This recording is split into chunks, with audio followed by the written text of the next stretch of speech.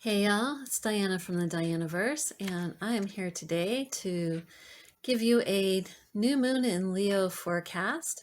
Before I get started, I just want to remind you that I am on Instagram. I mostly do plants and herbology over there. I also have a Patreon page, so I'll have the link below, where I do all kinds of things this year with flowers. That's my focus, is on flowers. I'm writing a little book about a little fairy, and flowers are a big part of that, so you can check out my Patreon if you'd like to learn how to do things like making syrups or all kinds of different things that you can do with flowers. Most of my herbalism has a lot to do with foodieism as well, so if you enjoy that, you can look over there. Okay, please remember to like and comment on this video. It helps with my YouTube statistics so that more people can see this broadcast, and it helps me out a lot. And this is just a little free thing that I do, so I hope you enjoy it.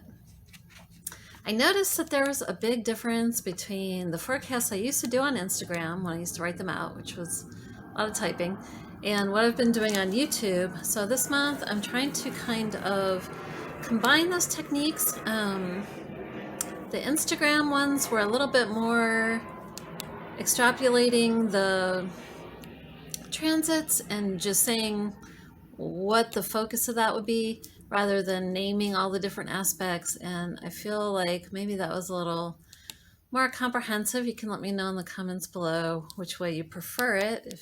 I don't know if you've seen my previous videos or if this is all new to you, but this is where I'm starting. So this new moon is going to be the Leo new moon for this year. It's at 5 degrees of Leo, which is a Leo number, if you're looking at the meaning of different degrees within astrology. Leo rules the 5th house, so the number 5 comes up as a Leo number. It's going to be happening at 10:55 a.m. Pacific time, because that's where I'm at the 28th of July, which is tomorrow if you're watching this today, or if you're watching it some other time. It happens on the 28th of July this particular month. So this new moon is a bit like a super new moon. I know you can't see it, so it's not like the super full moon where it's bigger, but it has a bigger energy. For one, because of the emphasis on all that Leo, extra Leo energy going on with that. This particular new moon is a lot about heart opening your heart. Being bold and confident is actually more possible when you are more comfortable with being vulnerable, because you're opening yourself up. You might get criticism, people might not like it, but you just go ahead and you let yourself out there. So in the summer, that's the kind of the highest time of the year for the sun, right? The sunniest, warmest weather. Probably no coincidence that we have the highest temperatures this year during Leo season, and fires and that sort of thing. That happens a lot. I remember last year or 2 years ago when Leo was, I think it was Mars in Leo, and we got the fires kind of early in the season. Happened during a Leo aspect. So you have to kind of get out of your comfort zone this month if you want to build new things, if you want to work with this energy to kind of move forward. A lot of us are transitioning into different things since the start of the pandemic, and I'm not going to go into the aspects that cause that, but it takes a little bit of putting yourself out there in ways that you might not. You have to let some things go, right? So this Cancer moon that's happening right before the Leo moon, because Cancer comes right before Leo, it's kind of the dark of the moon. It's the darkest, of course, is at the new moon, but there's always sort of this night of the soul before the actual moon change, and we've got Cancer going on there. So it's a time to go within, maybe meditate a little bit, integrate past traumas, any paranoia you have around how you're changing, past defensiveness. not to just forget about it, but you have to kind of integrate that. Like you have to let it bubble up to the surface. Like imagine little fish bubbles coming up through the water. Um, Hold it with love. Like I know we think about our traumas like, that thing, it's so hard, and we drag it around with us. What if you were just holding that with love, right? You say, okay, right now in this moment, I'm safe and I'm holding myself and holding these things that are coming up for me. And see if a little love can help move some of that into integrating rather than trying to push it out.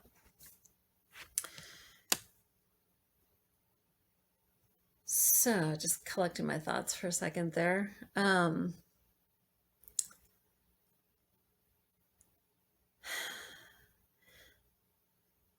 So yeah, you can thank yourself for those defensive things, like where you've kept yourself safe. Sometimes we do those things because we hold on to it, and it's because we don't want to get hurt again. So you thank yourself for taking care of yourself, and then also let it kind of integrate and see how you're safe now and how you can shine and let your little light shine into the world now because you're safe now, hopefully. You might have a lot to say around some of these things because we have Mercury and Leo too. So you might want to watch your delivery with that. Consider how it sounds to others and who might be impacted by what you're putting out there. Like if you're changing things up, things could be changing kind of fast right now. Things can come out with a little more force than you might have intended. And also be willing to listen to others when they're speaking their truth and they're saying, they might be just, soundboarding things out and putting out a big, bold statement. And we know we usually don't act on everything we say, but you got to start somewhere. So be willing to listen to other people as well when they're trying to express their needs or express how they feel. Feelings, like I said, could come up really quickly. It can be a little bit of a roller coaster energy. We've got Uranus in the mix there. So, even things might change quickly as far as your material things like where you're living or a sudden move or a change of plans. So be open to how that can be a positive experience.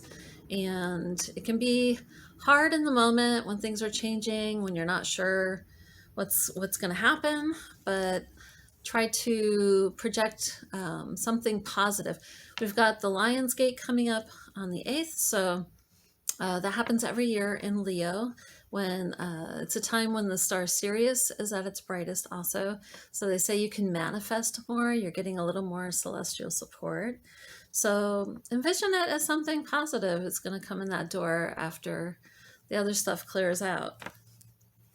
Our creativity is on fire. Children are a focus. Projects, your children could be your projects. It could be a new business. It could be a new place to live. So don't forget your inner child, that one that you're hugging at the last minute in Cancer. Maybe let them come out and play.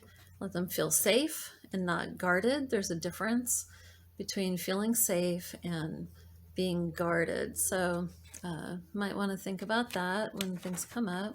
There's a lot of tension in the air because the fixed signs are really accented. They're in a cross right now. So people can have a lot going on under the surface. Focus on letting your light shine. Get your spirit feeling that summer vibe. If you can project enough summery goodness, it can help other people over the hump too. So if you're getting dragged down by all the tension, try to focus on the stuff that's going upwards, like the more positive end of things, and let the other stuff kind of settle where it will. I mean, if you have to make decisions, you do, but how you approach it, your perspective, a lot of times can make a huge difference. So, practice that I wanted to suggest for this particular lunation would be light bathing.